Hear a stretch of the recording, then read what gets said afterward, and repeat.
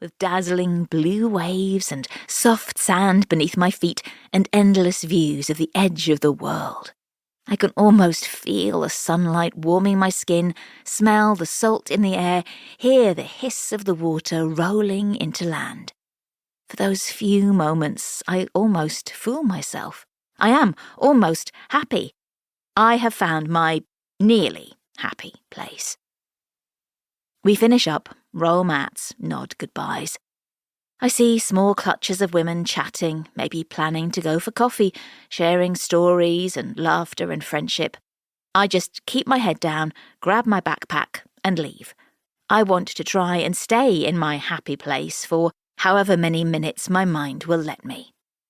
I walk out of the building, still imagining that sand beneath my feet, that warmth against my skin, and emerge into reality. I am in inner city London. It is raining, and it is loud. I lurk by the edge of the pavement, momentarily stunned by the assault on my senses. A big red double-decker bus whooshes past, splashing me with filthy gutter water. 2 pigeons are fighting over a discarded sausage roll, and I notice that one of them only has 1 leg. I can hear sirens and shouts, and am immediately approached by a man who could be anywhere between 30 and 90.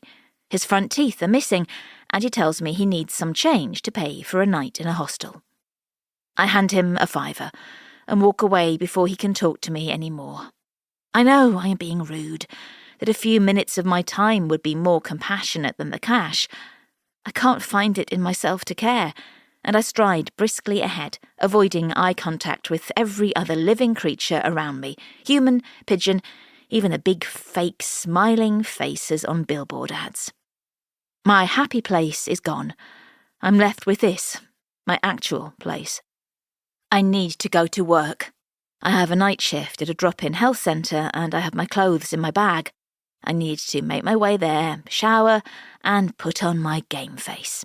Transform myself into a caring professional who can help people in their hour of need. Except, I realise, as I narrowly avoid stepping into a pile of vomit on the pavement, that I don't think I can. I don't think I can help anyone anymore. I don't think I have anything left to give. I stand still for a moment, frozen in time and space, the raucous rhythms of the city moving around me, people jostling me out of their way, the sound of a drill on a building site burying itself deep into my brain. I have to go home, I think, hailing a black cab. I have to go home and escape the murder hornets before it's too late. Chapter 2. I stand outside the house I live in and stare at it. The cab driver leans his head out of the window, his sparse grey hair getting flattened by the incessant rain of our glorious English summer. "You all right, love?" he asks, frowning. "Perfect," I reply, forcing a smile onto my rain-soaked face. "Never been better." He shakes his head, and I suspect he's seen stranger things. Cabbies have seen it all, haven't they?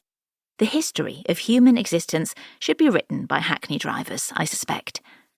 He performs an impressive 3-point turn and disappears in a cloud of diesel.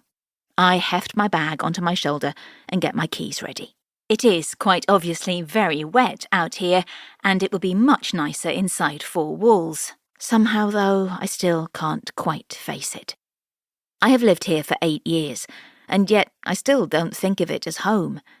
It is a grand house on the outskirts of Regent's Park, its facade a picture of Georgian grandeur, the inside all mod cons and cool interior design. There are apple trees in the small garden, and a roof terrace that overlooks the park, and 4 double bedrooms. It is far too big for the 2 of us, I've always thought. Far too easy for distance to creep in, when you have so much space to retreat to.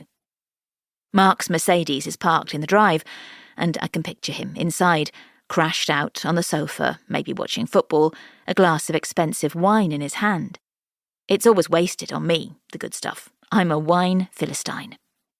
It's Friday, and he will be trying to decompress from a busy week at the bank where he works as a fund manager. He makes a lot of money and works very hard, and he thrives on the pressure of it all.